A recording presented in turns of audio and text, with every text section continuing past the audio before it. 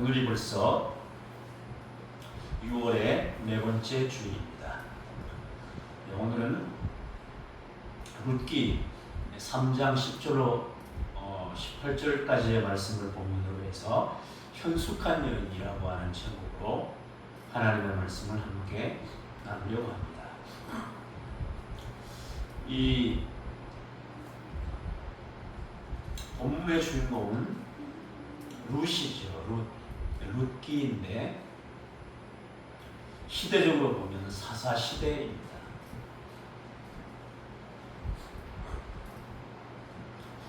여호수아가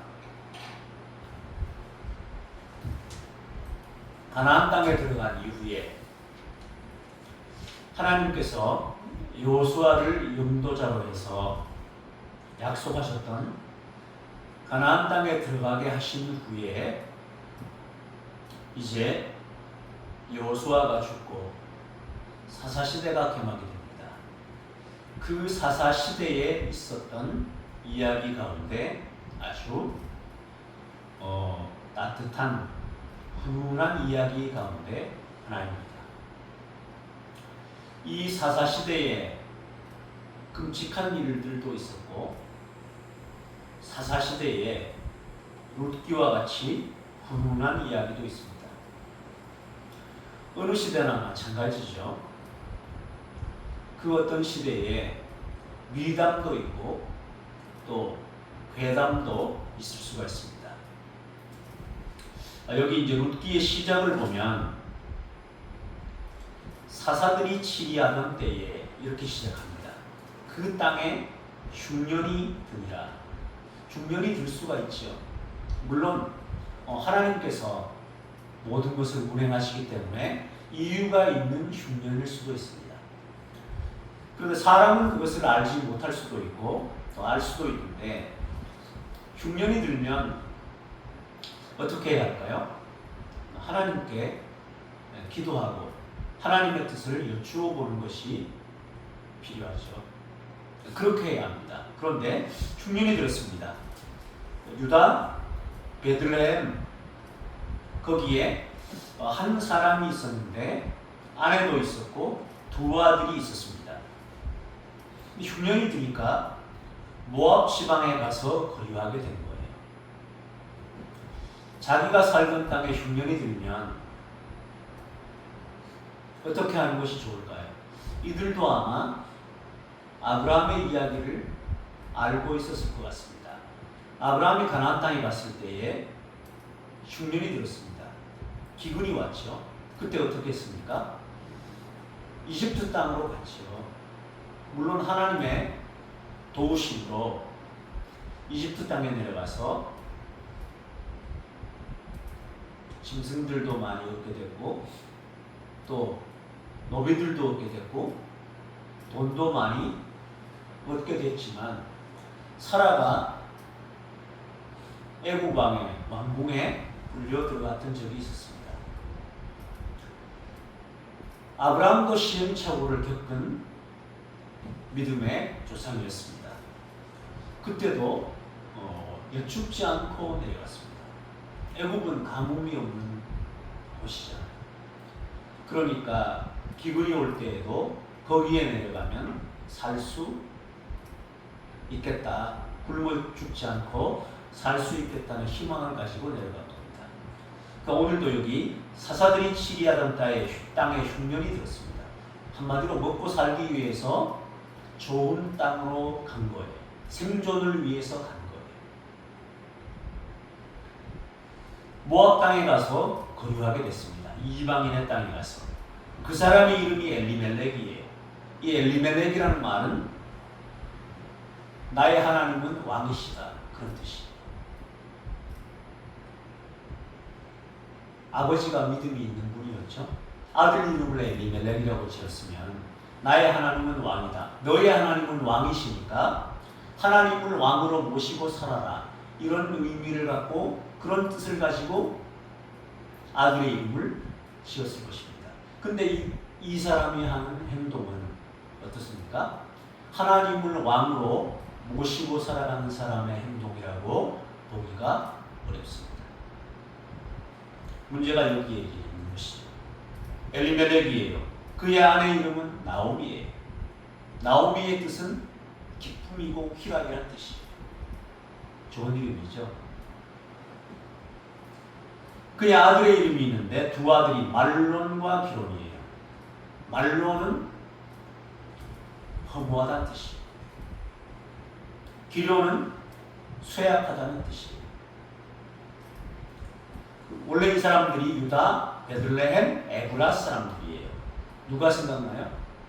베들레헴, 에브라다 누가 생각나요? 예수님이 생각나죠. 또 다윗이 생각나죠.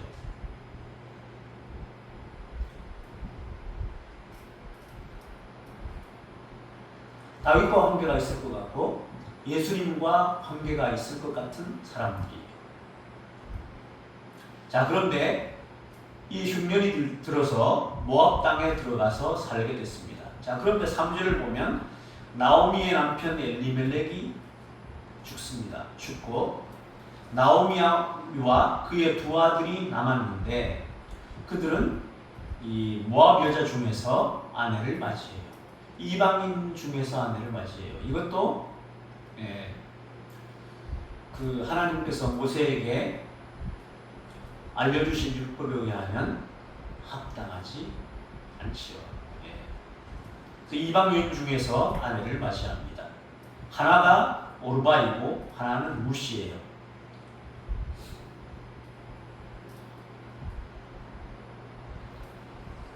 그들이 거기에 거주한 지가 10년 됐습니다. 10년이 되고 나니까 말론, 기론 두 사람이 다 죽어버렸습니다. 그리고 그 여인 나오미는 남편 뒤에 남게 됐습니다. 그런데 모압 지방에 한 10년 정도 가 있고 거기 기근을 피해서 흉년을 피해서 먹고 살려고 간 거잖아요. 갔는데 6절을 보면 그 여인이 모압 지방에서 이제 소식을 듣게 됩니다. 여호와께서 자기 백성을 돌보시사 그들에게 양식을 주셨다 함을 듣게 됐어요. 베들레헴의 고향에 하나님께서 양식을 주셨다는 거예요. 이에 두 며느리와 함께 일어나서 모압 지방에서 다시 돌아오려고 합니다. 다시 고향으로 돌아오려고 하는 거예요. 그래서 있던 곳에서 모압에서 일어서서 두 며느리와 함께 집으로 돌아오는데 길을 가다가 나오미가 이제 며느리에게 말합니다. 너희는 각기 너희 어머니의 집으로 돌아가라. 너희가 죽은 자들과 나를 선대한 것 같이 남편들 다 죽어버렸는데도 그 시어머니와 함께 있으니까 시어머니에게 잘 대해드린 거 맞죠? 함께 있었기 때문에 어느 정도 봉양하는 삶을 살았습니다. 그런 것 같이 여호와께서 너희를 선대하시기를 원하며 하고 축복합니다. 또 여호와께서 너희에게 허락하사 각기 남편의 집에서 위로를 받게 하시기를 원하노라. 이 고대 사회는 남편 없는 사람들이 살기가 참 힘들었습니다. 그래서 하나님께서 허락해 주셔서 그 새로운 남편을 얻고 그 남편들로부터 위로받기를 원한다고 그러면서 돌려보내려고 합니다. 그들에게 입맞추고 각기 자기 고향으로 돌아가라는 거죠. 소리를 높여 그들이 웁니다. 우리는 어머니와 함께 어머니의 백성에게로 돌아가겠나이다 하면서 우는 거예요.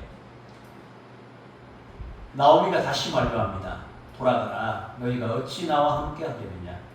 내 태중에 너희의 남편들 아들들이 아직 있느냐? 아무도 없잖아요. 다시 낳는다고 하는 소망도 없잖아요. 계대결혼, 그 이스라엘 그 풍습 가운데 대를 이어서 결혼하는 풍습이 있지만 나오미에게는 다른 아들이 없습니다. 그러므로 돌아가라는 거예요. 내 딸들아 돌아가라. 되돌아가라. 나는 늙었으니 남편을 두지 못할 것이다. 소망이 있다고 하더라도 그 아들 낳기까지 언제까지 기다리겠느냐. 그렇게 해서 돌려보냅니다. 어떻게 자라기를 기다리겠느냐? 여호와의 손이 나를 치셨으므로.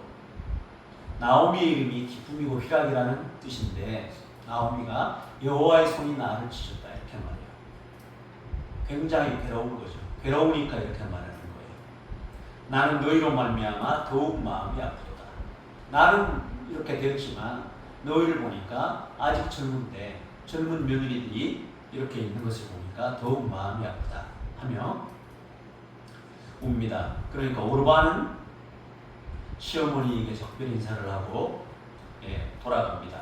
그런데 룻은 그 시어머니 나오미를 바짝 붙잡고 그대로 따르는 거예요. 또다시 나오미가 얘기합니다. 봐라, 네 동서는 그의 백성과 그의 신들에게로 돌아가나니. 자, 이게 이제 그의 백성에게로 돌아가는 것은 그의 신들에게로 돌아가는 거예요. 너도 동서를 따라 돌아가라 이렇게 말합니다. 그랬더니 룻이 이 유명한 얘기를 하는 거예요. 내게 어머니를 떠나며 어머니를 따르지 말고 돌아가라 강권하지 마옵소서. 어머니께서 가시는 곳에 나도 가고 어머니께서 머무시는 곳에서 나도 머물겠나이다. 어머니의 백성이 나의 백성이 되고 어머니의 하나님이 나의 하나님이 되시니 어머니께서 죽으시는 곳에서 나도 죽어 거기 묻힐 것이라. 만일 내가 죽는 일 외에 어머니를 떠나면 여호와께서 내게 벌을 내리시고 더 내리시기를 원하나이다. 그러니까 결코 떠나지 않는다는 뜻이죠. 이렇게 룻은 어머니를 따르게 됩니다. 나오미가 보니까 룻이 굳게 결심한 것을 알게 됐습니다. 그리고 더 이상 그에게 이제 너의 백성들에게로 돌아가라 이 말을 하지 않게 됐습니다. 그래서 두 사람이 베들레헴으로 돌아옵니다. 서울 사람들이 막 떠들면서 말합니다. 이 사람이 누구야? 나오미가 아니야.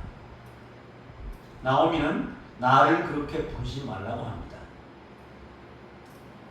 나를 나오미라고 부르지 말고 마라라고 불러라.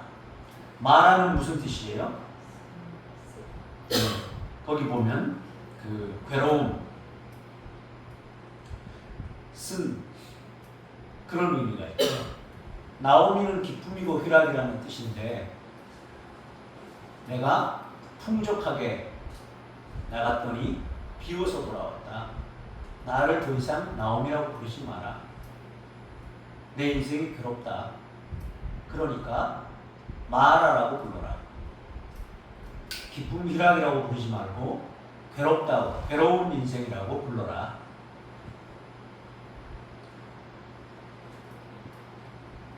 이때가 시기적으로는 베들레헴의 보리 추수를 시작할 때였습니다.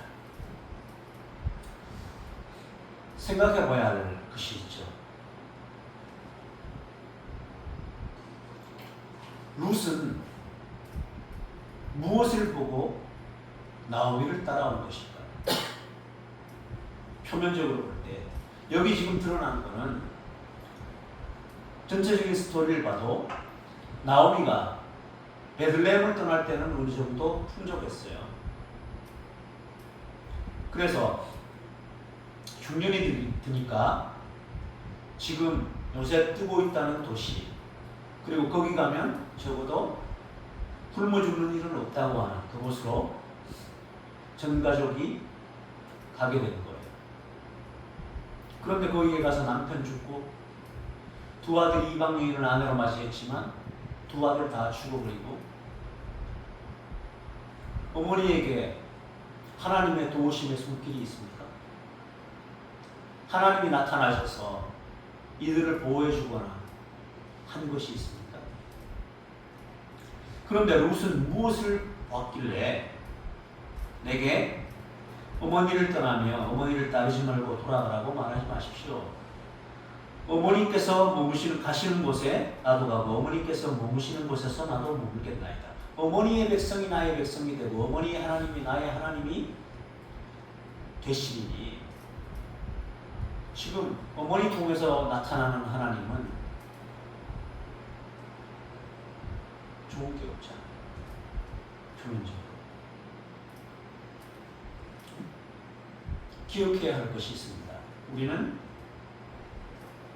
이제 그 여호수아에서 라합이라고 한 여인을 본 적이 있습니다. 그리고 알고 있습니다. 여리고에 사는 기생이었죠.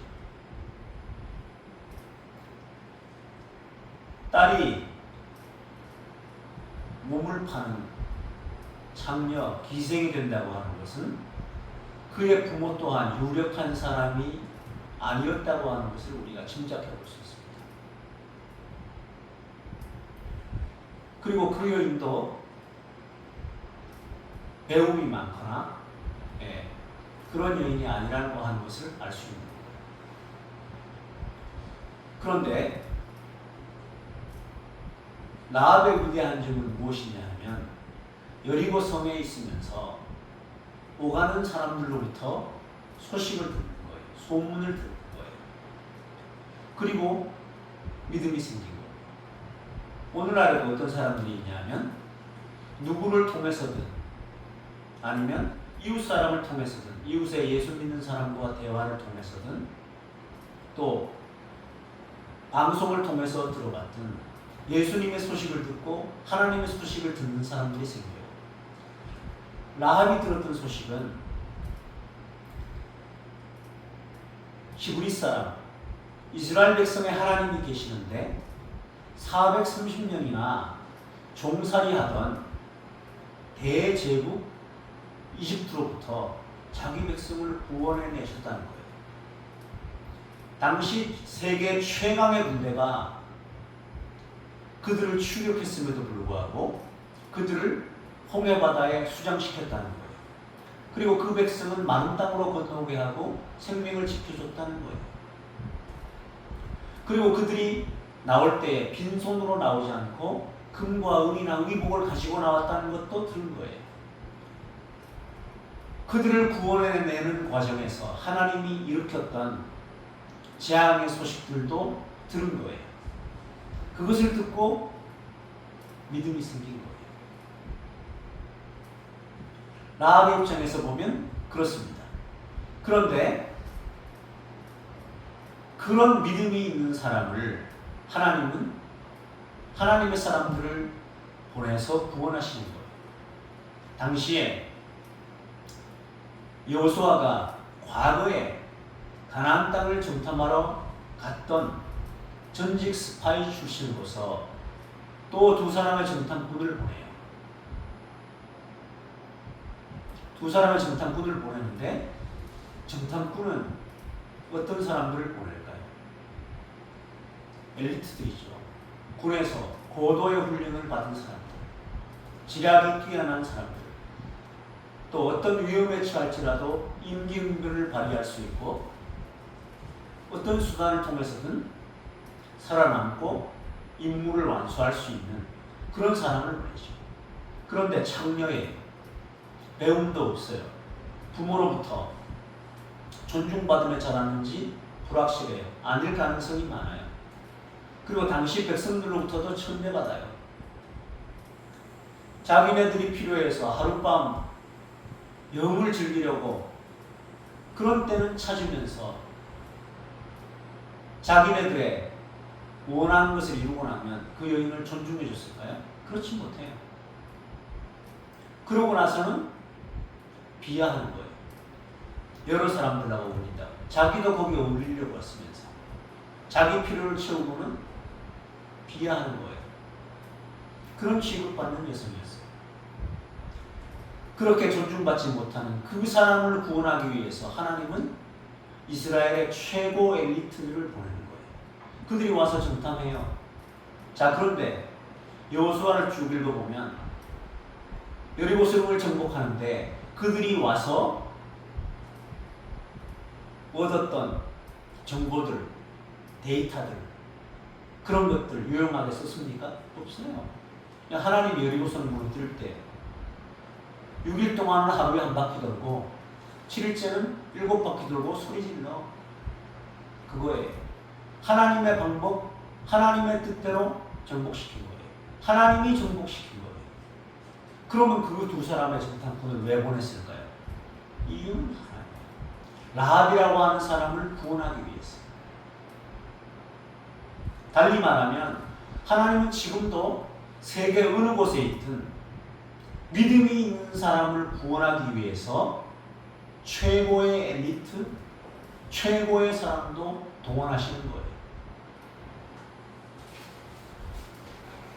그런 하나님의 사랑을 여기에서 볼 수 있습니다. 사도행전 10장 34절 35절 베드로가 입을 열어 말하되 내가 참으로 하나님은 사람을 외모로 보지 아니하시고 각 나라 중 하나님을 경외하며 의를 행하는 사람은 다 받으시는 줄 깨달았도다. 이게 누구에게 하는 말입니까? 베드로가 고넬료라고 하는 사람으로부터 온 그 종들을 따라서 고넬료 집을 방문했을 때 그때만 해도 베드로는 구원은 유대인에게만 임한다고 생각했던 사람입니다. 이 고넬료는 이탈리아 사람이에요. 이방인이에요. 이탈리아 부대에 이태리 군대에 한마디로 로마 군대에 백부장이었어요. 대대장 정도, 아니 중대장 정도 되는 사람이에요. 그런데 그 사람의 기도와 구제가 하나님께 상달이 됐어요. 그래서 고넬료에게 성령이 말씀하시죠. 지금 시몬 베드로를 청해서 하나님의 말씀을 들으라. 이게 고넬료에게 임한 하나님의 응답이에요. 그리고 그 시각에 베드로는 뭐라고 했습니까? 지붕에 올라가 기도하고 있는데 가증한 것들, 보자기가 내려오는 데 보니까 거기 먹지 못할 가증한 것들이 있는 거예요. 하나님께서 율법에 가증하다, 먹지 말라고 하는 것들. 그런데 그 보자기가 내려와서 들리는 음성이 잡아먹으라는 음성이었거든요. 베드로가 거절하죠. 어려서부터 저는 율법의 교육을 받았고 이런 것들을 먹지 못한다고 교육받았습니다. 거절해요. 또 보자기가 또 내려와요. 또 잡아먹으라는 거예요. 또 거절하죠. 3번이나 그것이 내려와요. 그래서 이게 어찌된 일인가 했는데 고넬료로부터 온 사람들이 와서 말하는 거예요. 그 따라가라는 음성인 줄 알고 갑니다. 하나님은 사람의 생각마저도 베드로의 생각마저도 변화시켜서 이제 고넬료에게 갔어요. 가서 봤더니 고넬료가 그런 사람이에요. 그래서 고백이에요. 아, 하나님은 참으로 사람을 외모로 보시는 분이 아니로구나. 각 나라 중 하나님을 경외하고 의를 행하는 사람을 다 받으시는구나. 베드로가 고넬료를 보고 하는 고백이에요. 라합을 구원하기 위해서 엘리트를 보내셨던 그 하나님이 그 정탐꾼 둘 중에 하나가 살몬이에요. 살몬. 그래서 살몬과 라합이 결혼을 하게 됩니다. 살몬과 라합이 결혼해서 낳은 아들이 보아스예요. 오늘 나오미가 돌아왔을 때에 기업 물을 사람 중에 유력한 사람이 보아스예요. 물론 보아스보다 더 가까운 사람이 있어요. 그런데 그 사람은 자기 재산, 손해가 있을까 해서 우선순위에 있지만 거절해요. 거절하고 보아스가 기업을 물을 자가 됩니다. 그때에 보아스에게 모든 소문이 다 들리는 거예요. 나오미가 풍족하게 나갔다가 망해서 돌아왔다. 얼마나 괴로우면 자기 이름을 나오미라고도 부르지 말라고 하고 마라라고 부르라고 할 지경이다. 그런데 그 며느리 하나가 따라왔는데 참 괜찮은 사람인 것 같더라. 아직 젊고 자기 민족에게로 돌아갈 만한데 자기 어머니 모시는 게 흑진하고 소문이 아주 좋은 소문이 자자한 거예요. 그 소문을 들었죠. 그 소문을 들은 보아스가 말하는 거예요. 3장 9절에 이제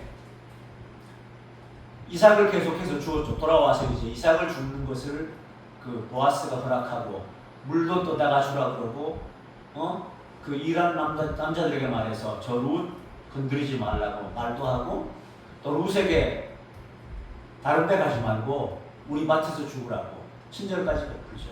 그때 룻이 막 말해요. 아이고 저는 이방인이고 굉장히 비천한 사람인데 저한테 이렇게 은혜를 베푸시니까 그렇게 말하게 됐어요. 그리고 이제 나오미가 시켰죠. 그가 그 타작마당에서 잠들 때에 그 이불받치 들고 들어가라고. 그 다음에 해야 할 일을 그 사람이 말할 거라고. 그렇게 해서 이제 그의 이불받치에 들어가게 되는데 그것을 알고 보아스가 말합니다. 3장 9절에 보면 네가 누구냐 대답하니까 나는 당신의 여종 룻입니다. 당신의 옷자락을 펴서 당신의 여종을 덮으십시오. 왜냐하면 당신이 기업 물을 자가 된 까닭입니다. 그랬더니 보아스가 말하는 거예요. 내 딸아 여호와께서 네게 복 주시기를 원한다. 네가 가난하건 부하건 젊은 자를 따르지 아니하였으니 네가 베푼 인애가 처음보다 나중이 더하도다.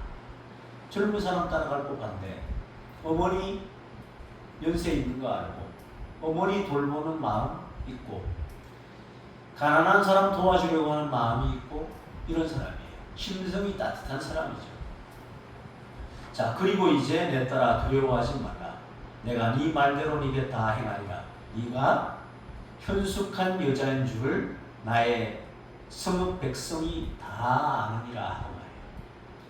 단순히 시어머니만 쫓아온 것이 아니라 여러 가지 시어머니 쫓아온 그 마음의 중심으로부터 해서 시어머니에게 하는 거, 그 말에 와서 성실하게 열심히 일하는 거, 모든 것들을 다 먹어드렸다는 거죠.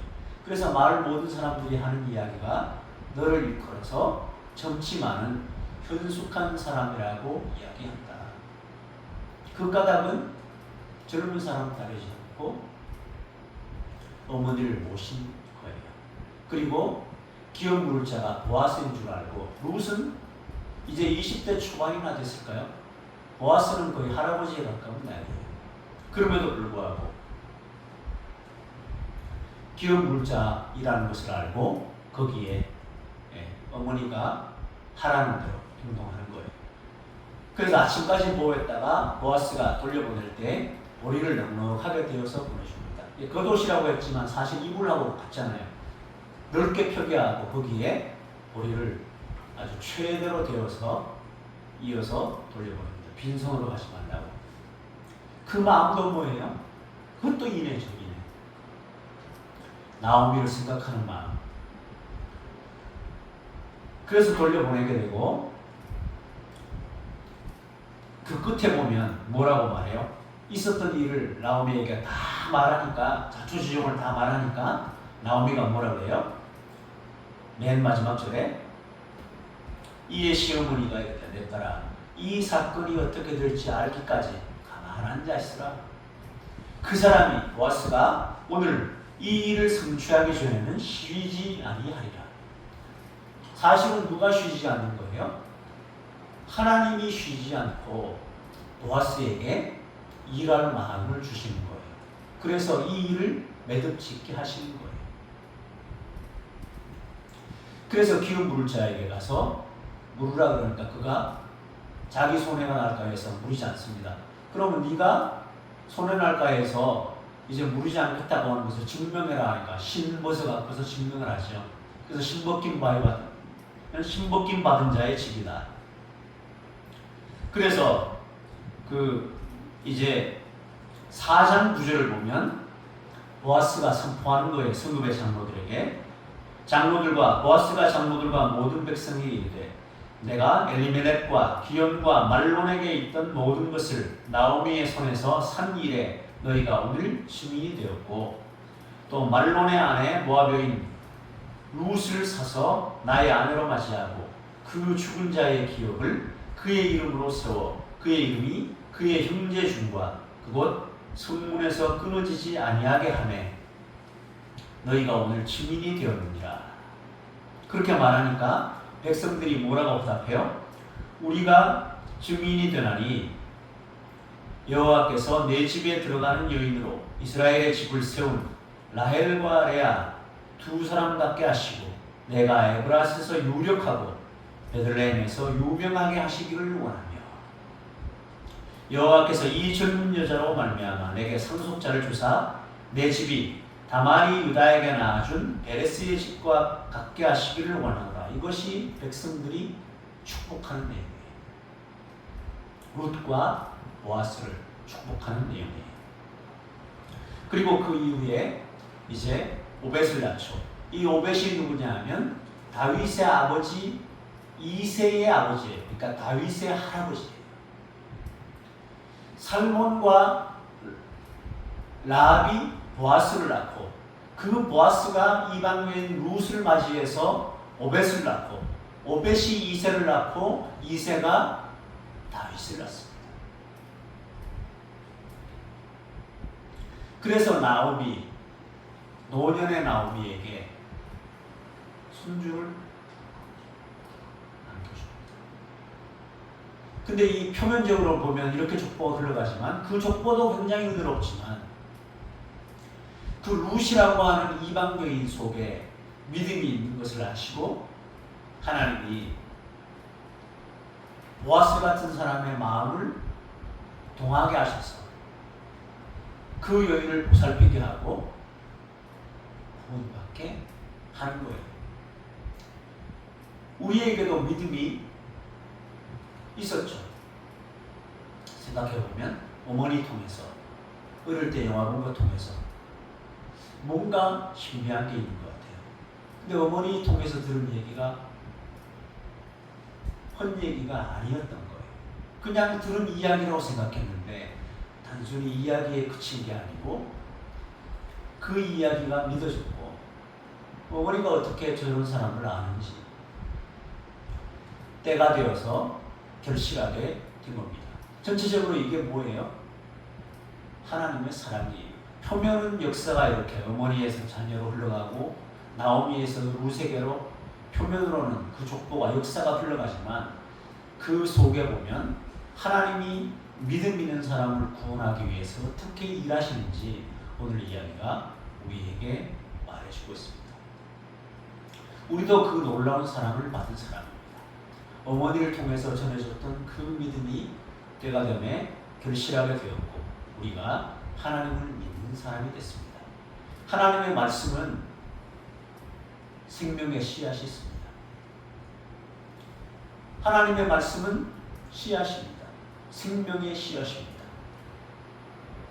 옥토에 떨어지게 되면 30배, 60배, 100배로 결실합니다.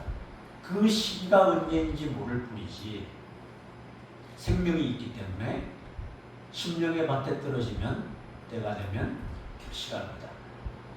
그 하나님의 사랑이 어머니에게 떨어져서 오늘 우리에게로 이어지게 됐고 오늘 우리가 그것을 받아 누리고 하나님의 자녀가 됐습니다. 돌이켜 생각해 볼 때 이 모든 것은 하나님의 은혜요 사랑입니다. 우리는 이런 놀라운 은혜와 사랑을 받은 사람입니다. 현숙한 여인인 줄 알고 하나님께서 이렇게 행하셨습니다. 우리에게도